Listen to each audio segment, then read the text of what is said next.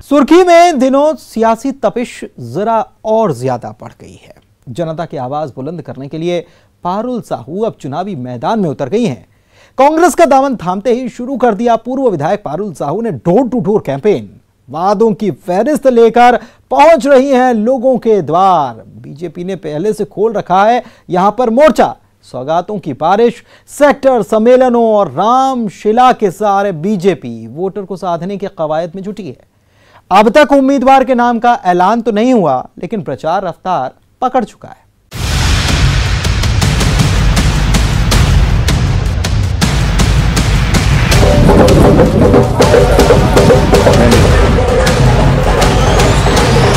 सुर्खी में सियासी पारा चढ़ गया है।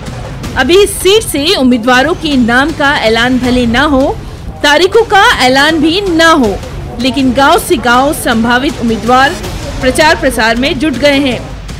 सुर्खी में बीजेपी को तगड़ा झटका तब लगा था जब बीजेपी से पूर्व विधायक पारुल साहू ने कांग्रेस से हाथ मिला लिया और कहा वो जनता की आवाज पर कांग्रेस में आई हैं। तो अब चुनाव में वादों की फहरिस्त लेकर पारुल साहू धुआंधार प्रचार कर रही हैं, जो सुर्खी से कांग्रेस की संभावित उम्मीदवार बताई जा रही हैं। सुर्खी विधानसभा क्षेत्र की जनता चाहती है कि मैं उनकी आवाज बनूं और इस बार जो डर और अहंकार की राजनीति चल रही है उसको खत्म करने के लिए मैं उनकी लड़ाई लड़ूं।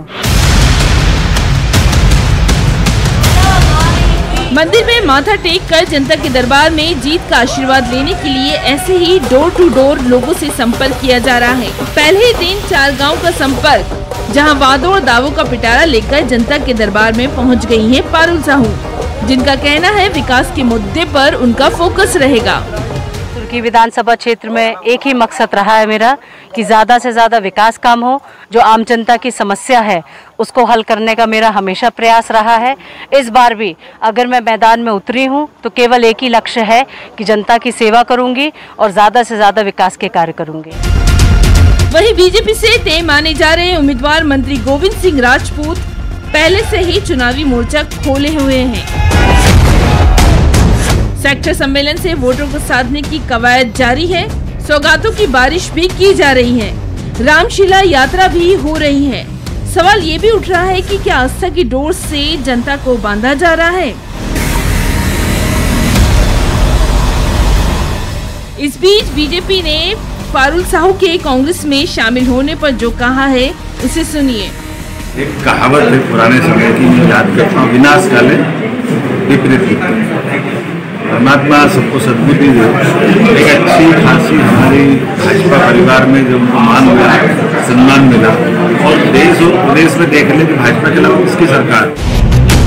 आरोप प्रत्यारोप से सुर्खी का सियासी पारा चढ़ रहा है। सवाल तो ये भी उठ रहा है कि क्या सुर्खी में राम मंदिर ही चुनावी मुद्दा होगा। सुर्खी में वायरल हुए इस वीडियो पर सवाल उठे, जहां पारुल साहू कह रही हैं, जनता बीजेपी को जवाब देगी। देखिए, जनता सब देख रही है। मैं समझती हूँ जनता को लोग धोखा दे सकते हैं, लेकिन भगवान को धोखा कोई नहीं दे सकता है। ईश्वर सब देख रहा है और इस बार परिणाम जो भी होगा आप देखिएगा। इस बार जनता चुनाव लड़ रही है और जनता ही उसका जवाब देगी। वहीं पारुल साहू के जनसंपर्क अभियान पर बीजेपी ने चुटकी ली है। बीजेपी का कहना है कि सुर्खी में कांग्रेस में कई दावेदार प्रचार कर रहे हैं और कर चुके हैं। लोग तो ये कह के जनसंपर्क कर रहे हैं कि मेरा टिकट फाइनल हो गया, मुझे टिकट दे दिया कांग्रेस ने। तो ये कांग्रेस का छलावा नेताओं के साथ जैसा होता है और जनता के साथ होता है, ये लगातार चलता रहेगा। जनता इसको बहुत अच्छे से समझ चुकी है कि कांग्रेस में ना कोई नेता बचा है, ना कोई जनप्रतिनिधि बचा है। तो ये जनसंपर्क कोई नई बात नहीं है। वहाँ सुर्खी में तो हर 2 दिन में कोई जनसंपर्क करता है और जनसंपर्क करके घर बैठ जाता है। सुर्खी के सियासी संग्राम में अभी तो कई सीन बाकी है। गौरतलब है कि 2013 में बीजेपी से पारुल साहू ने कमान संभाली थी, तो कांग्रेस खेमे से गोविंद सिंह राजपूत ने, जहां महज 141 वोटों के अंतर से पारुल साहू ने गोविंद सिंह राजपूत को शिकस्त दी थी। अब सवाल है कि क्या 2013 की तरह ही सुर्खी में उम्मीदवार इस बार चुनावी मैदान में होंगे। चेहरा वही होगा, बस अंतर होगा तो इतना कि पार्टी बदली होगी। आखिर जनता के दरबार में किस सियासी पार्टी को मिलेगा जीत का आशीर्वाद, ये देखना दिलचस्प होगा। सागर से रचित दुबे के साथ bureau report, news 18 Madhya Pradesh Chhattisgarh. उपचुनाव में हवा का रुख क्या होगा, इसका अनुमान क्या सियासी झंडे देते हैं? आखिर लोगों के घरों पर लगे झंडे क्या पार्टियों की जीत पर मुहर लगाते हैं? आखिर वोटर किस धारा में बह रहा है, इसका अनुमान वोटर के घर पर फहरा रहे झंडे दे देते हैं क्या? किसी भी इलाके में सियासी पार्टी के झंडे क्या वोटर के मूड को भांपने और नापने की मशीन हैं? अब उपचुनाव में बीजेपी कांग्रेस के बीच शुरू हो चुकी है झंडा पॉलिटिक्स। बीजेपी और कांग्रेस में उपचुनाव वाली सीटों पर पार्टी का झंडा लगाकर ताकत दिखाने की होड़ मची है। देखिए यह रिपोर्ट, पार्टियों का झंडा अभियान।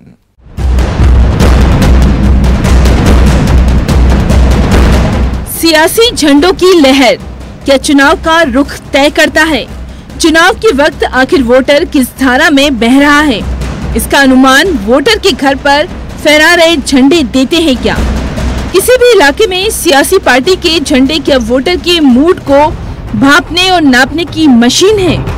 आखिर हवा का रुख किस और बह रहा है? कौन सी पार्टी विजय पताका फहराएगी? क्या इसकी मुनादी घरों पर लगे सियासी झंडे करते हैं? कौन सी सियासी पार्टी झंडा गाड़ेगी, ये तो बात की बात है। लेकिन अब इस चुनावी दंगल में शुरू हो गई है झंडा पॉलिटिक्स। बीजेपी और कांग्रेस में उपचुनाव वाली सीटों पर पार्टी का झंडा लगाकर ताकत दिखाने की होड़ मची है। उपचुनाव के काउंटडाउन से पहले अब सियासी दलों के बीच एक नई रेस शुरू हो गई है। रण में विजय हासिल करने के लिए हर तरकीब सियासी पार्टियां अपना रही हैं और अब इस रण को जीतने की नई रणनीति है झंडा पॉलिटिक्स। घर घर झंडा अभियान। बीजेपी का प्लान देखिए, जहां सांसद से लेकर विधायक कार्यकर्ता सब जुट गए हैं हर घर को भगवामय करने के लिए। इस प्लान को कामयाब करने के लिए बीजेपी ने अब उपचुनाव वाली सीटों पर हर घर में भाजपा का झंडा फहराने की तैयारी की है। इसमें सिंधिया समर्थकों के घर पर भी पार्टी का झंडा फहराकर पार्टी की ताकत दिखाने का प्लान तैयार किया गया है। भारतीय जनता पार्टी का प्रत्येक कार्यकर्ता अपने घरों पर भारतीय जनता पार्टी का झंडा लगाएगा, ये आह्वान हमने सभी कार्यकर्ताओं से बूथ बूथ पर किया। तारीख भी चुनी गई है 27 सितंबर। उपचुनाव वाले क्षेत्रों में बीजेपी 27 सितंबर को हर घर को झंडे से भगवामय करने की तैयारी में है, जिसके लिए कार्यकर्ताओं ने कमर कस ली है। हमने अपने कार्यकर्ताओं से आह्वान किया कि पंडित दीनदयाल उपाध्याय जो भारतीय जनता पार्टी के हमारे इस विचार को प्रतिपादित करने वाले हैं, जिस विचार के कारण से पूरी दुनिया में भारतीय जनता पार्टी दुनिया का सबसे बड़ा राजनीतिक दल बना है, तो उनकी जन्म जयंती के अवसर पर भारतीय जनता पार्टी का प्रत्येक कार्यकर्ता अपने घरों पर भारतीय जनता पार्टी का झंडा लगाएगा, ये आह्वान हमने सभी कार्यकर्ताओं से बूथ बूथ पर किया। बीजेपी के झंडा अभियान पर कांग्रेस ने पलटवार किया है। कांग्रेस की माने तो इस अभियान पर कांग्रेस बीजेपी से आगे निकल चुकी है, जो ये कह रही है कि बीजेपी का ये झंडा अभियान बेअसर रहेगा।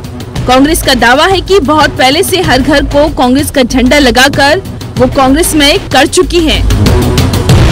जनता इस लोकतंत्र को कत्ल करने वाले लोगों के ना तो झंडे लगाएगी, ना उनको साथ देने का काम करेगी। जनता इस बार लोकतंत्र का कत्ल करने वालों से बदला लेके सारी की सारी सीटें हराएगी। इस झंडा पॉलिटिक्स में क्या सियासी पार्टियों का फोकस ग्वालियर चंबल पर ज्यादा होगा? आखिर ये झंडा पॉलिटिक्स उपचुनाव में कौन सा असर दिखाएगी? आखिर किस सियासी पार्टी का झंडा लहराएगा, ये तो नतीजे ही बताएंगे। भोपाल से अनुराग श्रीवास्तव के साथ bureau report, news 18 Madhya Pradesh Chhattisgarh. जरा सोचिए कि बिजली ना हो और वोटर को बिल का झटका लगे। उधारी की बिजली पर लोगों के घर रोशन हो रहे हैं, दौरे बिल की मार पड़ रही है, सड़कें खस्ताहाल, जर्जर मकान। क्या नेताओं के वादे कर रहे हैं आंख मिचौली। कीचड़ वाली सड़क पर सियासी दावे धस रहे हैं और जर्जर मकान की तरह हो रहे हैं वादे धराशायी। आप भी देखिए अशोकनगर सीट के पिपरिया राय गांव में वोटर का ऐलान, विकास नहीं तो वोट नहीं।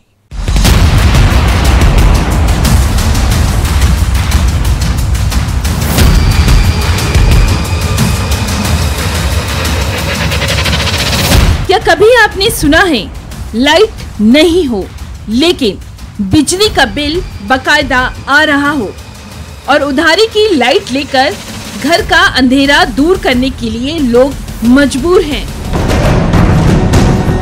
आखिर लाइट की ये कौन सी पहेली है जहां लोगों को बिल का करंट लग रहा है। लाइट 1-2 साल नहीं बल्कि 6 साल से गुल है। बत्ती गुल है लेकिन बिजली का बिल फुल है। हाथों में बिजली का बिल लेकर ऐसे ही लोग अपना दुखड़ा रो रहे हैं कि नेता आए या ना आए, लाइट कब आएगी। सुनिए जरा इन आरोपों को जो अशोकनगर के पिपरिया राय गांव के वोटर लगा रहे हैं। लाइट नहीं है, किराए से लाइट ले रखी हमने और सरकारी बिल आ ही रहा है बाकायदा और किराएदार को दे रहे हैं बिल और फसल वो सरकार को बिल दे रहे हैं। बिजली 2014 से लाइट नहीं है। जहाँ फिर आप लोग कैसे रहते हो? हमारी जो ऐसी हमारी खुद की डीपी है ना, उससे डाल के लाए। कोई ऐसे मतलब 200 रुपया हम दे रहे हैं, जी बगल की डीपी वाले उनसे लिए किसी ने। नहीं तो लाइट कनेक्शन क्यों नहीं? बिल आते हैं? बिल सबके आते हैं। लाइट नहीं है? हाँ बिल आ रहा है। आप किसी से पूछ लो साहब, अभी ओरिजिनल बिल ले लो किसी से भी आप। क्या ये नेताओं के वादों की आंख मिचोली की तस्वीर है? मंच से बड़ी बड़ी घोषणाएं, सियासी ड्रामेबाजी, वादे और फिर खाली हाथ किए मतदाता। अशोकनगर विधानसभा में जिला मुख्यालय से 218 किलोमीटर दूर ये है पिपरिया राय गांव, जहां मतदाता ने एक राय बना ली है और वो है चुनाव का बहिष्कार। नेताओं को सबक सिखाने के मूड में 1000 की आबादी वाला ये गांव क्या नजर आ रहा है? हम चुनाव का पूर्ण रूप से बहिष्कार करते हैं अगर लाइट हमें नहीं मिली तो। यहाँ का वोटर विकास के नाम पर अपनी बदहाली की कहानी बयां कर रहा है। इस कीचड़ भरे रोड से गांव में एंट्री होती है।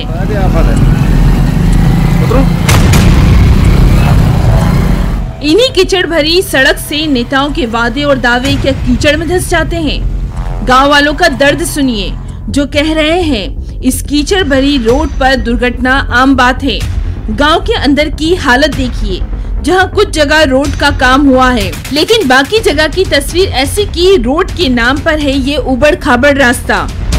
यहाँ के वोटर के जहन में हर सियासी पार्टी से एक ही सवाल है, क्या ये विकास है?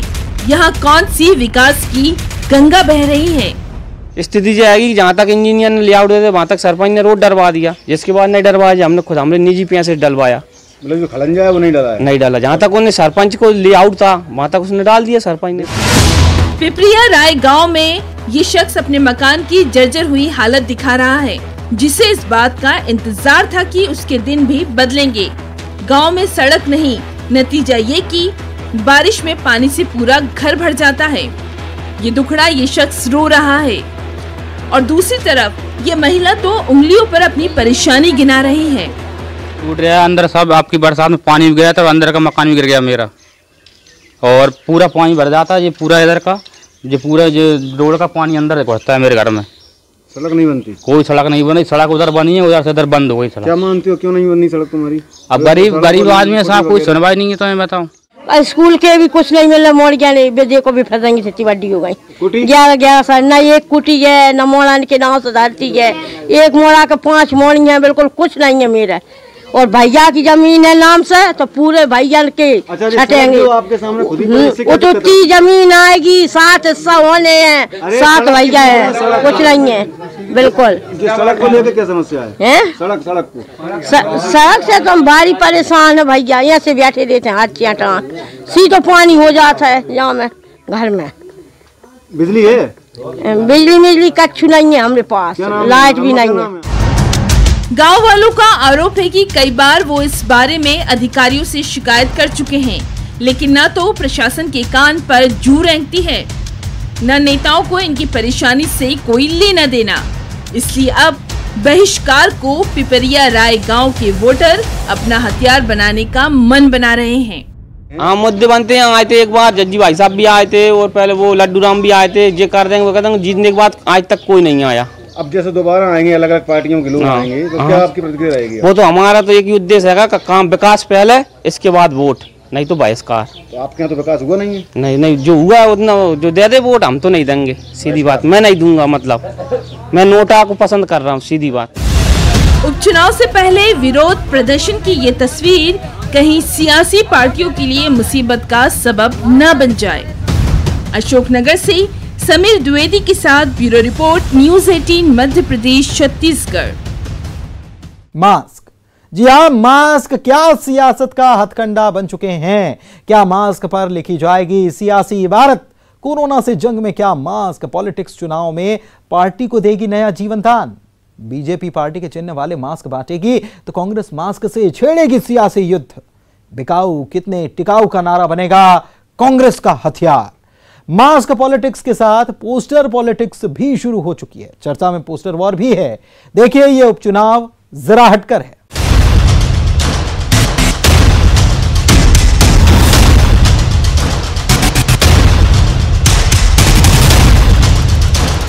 ये हुनर केवल राजनीतिक दलों में ही है कि वो आपदा में भी राजनीति की गुंजाइश निकाल लेते हैं। कोरोना संक्रमण से बचाव का सबसे जरूरी हथियार मास्क, लेकिन क्या 28 सीटों के उपचुनाव में मास्क पर ही लिखी जाएगी सियासत की इबारत? चर्चा में पोस्टर वार भी है। सचिन पायलट अभी ग्वालियर चंबल में प्रचार के लिए नहीं पहुंचे, लेकिन पोस्टर सजने लगे हैं। किसी गफलत में मत आइए, स्वागत में लगाए गए ये पोस्टर असल में सचिन पायलट के बहाने कांग्रेस पर निशाना है। इस इबारत को पढ़िए जरा। पोस्टर की हाईलाइट है, कांग्रेस शादी के लिए जवान लड़के दिखाती है, शादी बूढ़ों से कराती है।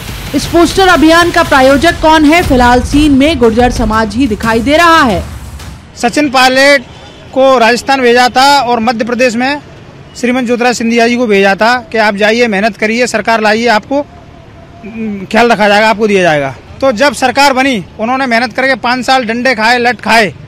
उसके बाद जब सरकार बनी और जब मुख्यमंत्री का पद पे बैठने के लिए अब जब मौका आया तो कांग्रेस ने उनके साथ धोखा किया, हमारी समाज के साथ धोखा किया कि पहली बार भारत के अंदर हमारी समाज के मुख्यमंत्री बनने वाले थे सचिन पायलट, जिन्होंने पूरी मेहनत करी। उसके बाद उनको अशोक गहलोत को बैठा दिया, जो पहले से ही राष्ट्रीय संगठन में प्रमुख पद पर थे।